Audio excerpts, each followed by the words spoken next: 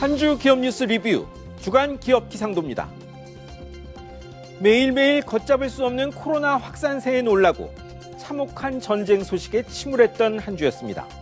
둘 다 해법을 못 찾고 상황만 악화해 더 난감했는데요. 지난주 맑고 우린 기업 소식 찾아 기업 기상도 출발합니다. 먼저 두산그룹입니다.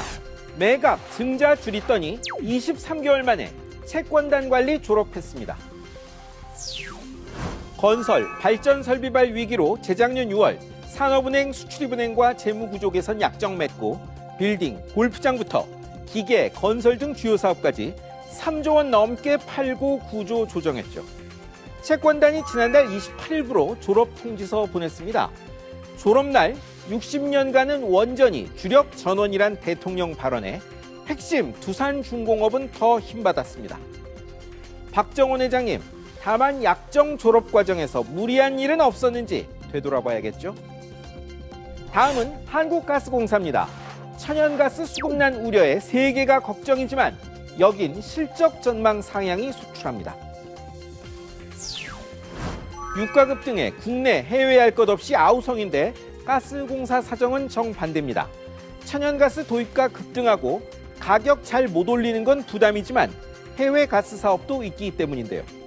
손해보다 이익 반전된 해외 사업도 있습니다.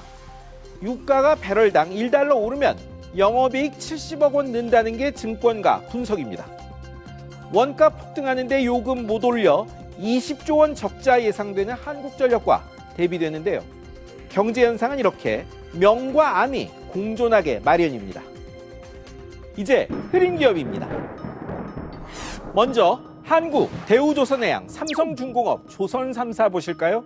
수주 풍년에 흥겨워하다 러시아발 먹구름 만났습니다. 러시아 대형은행들의 국제은행 간 통신협회 퇴출로 돈 오가는 길이 막혔죠. 다 힘들지만 선수금 적게 받는 계약이 주류인 한국 및 대우조선해양, 삼성중공업, 대형 조선사가 더 부담입니다. 2년 새 수주액이 도합 7조, 특히 삼성은 5조 원 규모 쇠빙 LNG 선사업도 있습니다. 물론 선수금도 있고 다른 통로로 거래하다 보면 다 못 받을 일은 없겠죠. 다만 상황이 장기화하면 애먹을 수 있는 것은 분명합니다. 다음은 현대제철 보시죠.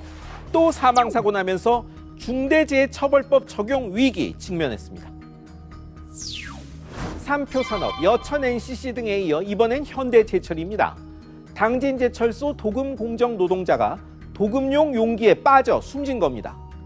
작업 중지 명령 내려지고 조사 시작했습니다.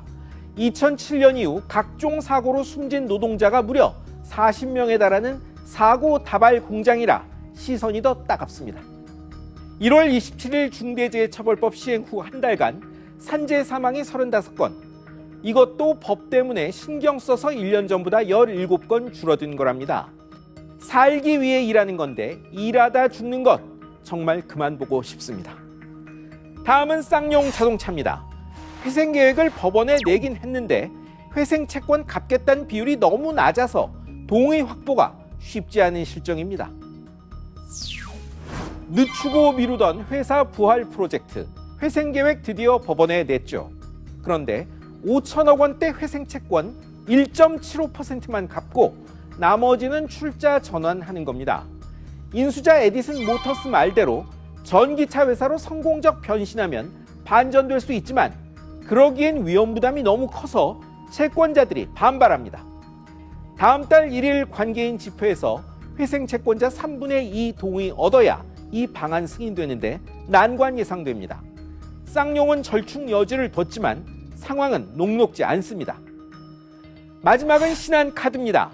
반강제로 내린 수수료 다른 곳에서 보전하려다 다툼 직면했습니다. 지난달 말부터 동네 마트들 반발이 시작됐죠. 정부 압박에 소상공인 카드 수수료 울며 겨자 먹기로 내린 카드사들이 이보다 큰 동네 마트 수수료 올려 이익 보전 나섰다는 겁니다. 다 올렸는데 신한카드가 2.3% 가장 높은 수수료 올렸다며 마트협회가 집단해지 나선다고 엄포 놨습니다. 신한카드는 인상 대상은 극소수라며 반박하는데요. 무리하게 막으면 다른 곳에서 그 압력이 터질 수밖에 없다는 점, 정부와 정치권이 꼭 알 필요가 있습니다. 세계 각국의 러시아 제재 물결에 우리도 수출 통제부터 금융거래 중단까지 동참했습니다.